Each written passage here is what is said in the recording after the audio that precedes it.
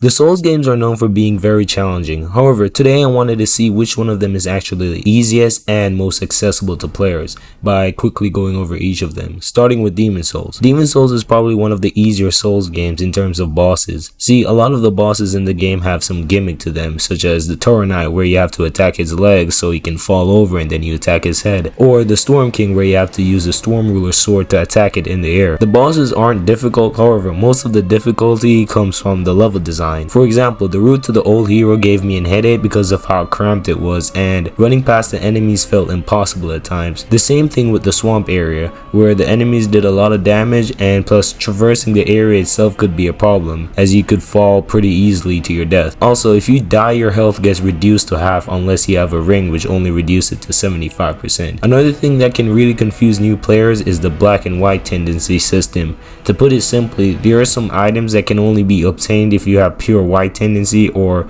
pure black. For example, the great sword in the Dragon God boss fight could only be obtained if you have a pure white tendency, and to get this tendency means you have to avoid dying to the main bosses or dying in general in human form. This can really confuse new players as it feels like the game is telling you not to die, which if you played any of the Souls games before, you'll know that you'll obviously die a lot.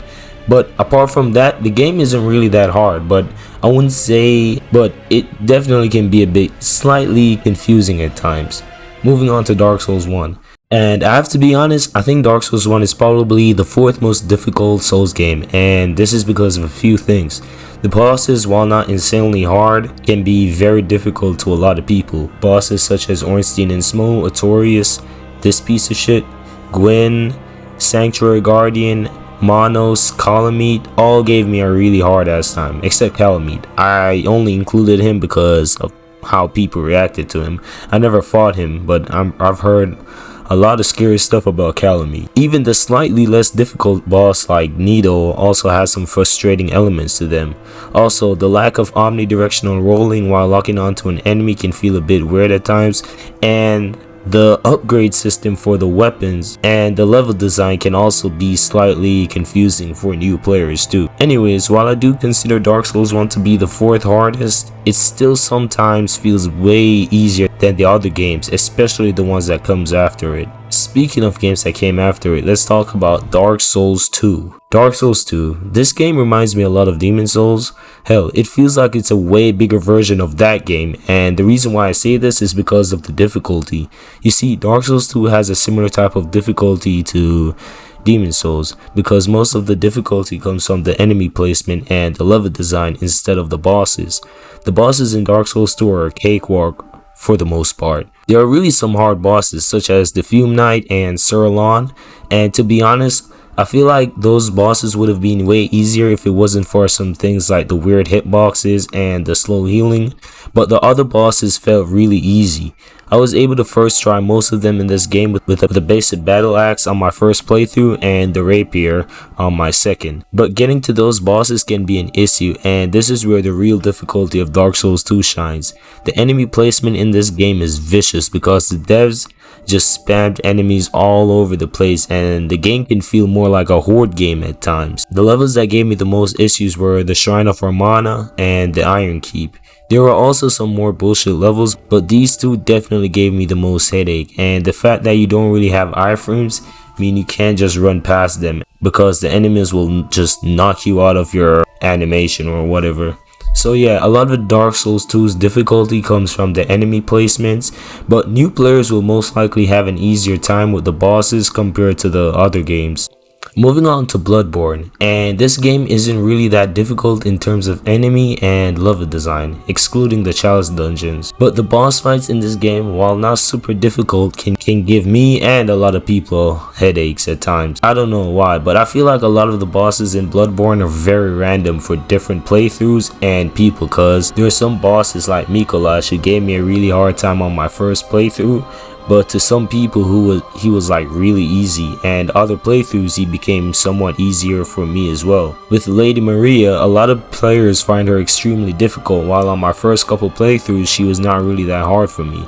So I don't really have that much more to say about Bloodborne because the game feels difficult, but at the same time it has some other elements to it that makes it feel way more easier than the other Souls games, like the fact that you can carry 20 or even more blood vials, which are basically the healing items in this game, and you also don't have to upgrade them, which makes progressing way more easier.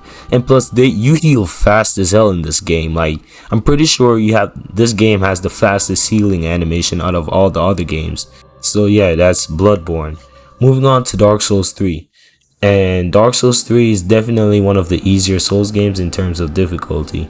The bosses, while some can be challenging, definitely feels a bit easier compared to the other games sometimes that came after it. And the enemy placement and level design is also really forgiving, as the levels are linear, which means it's harder to get lost, and the enemies in those levels aren't too difficult either.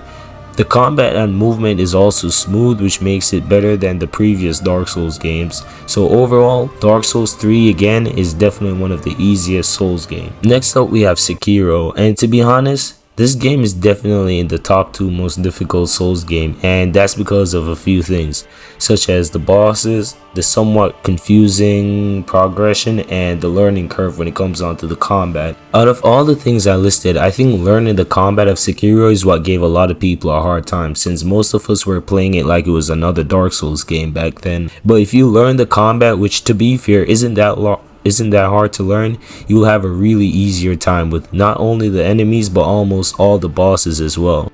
Overall, I don't think Sekiro is really easy. I mean, for me right now, it is probably the easiest Souls game for me right now, but I'm not gonna say it's the easiest just because of how the learning curve is for a lot of people.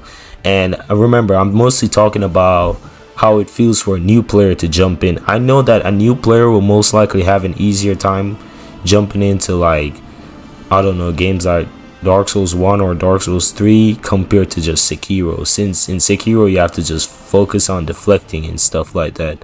So yeah, anyways, moving on to Elden Ring.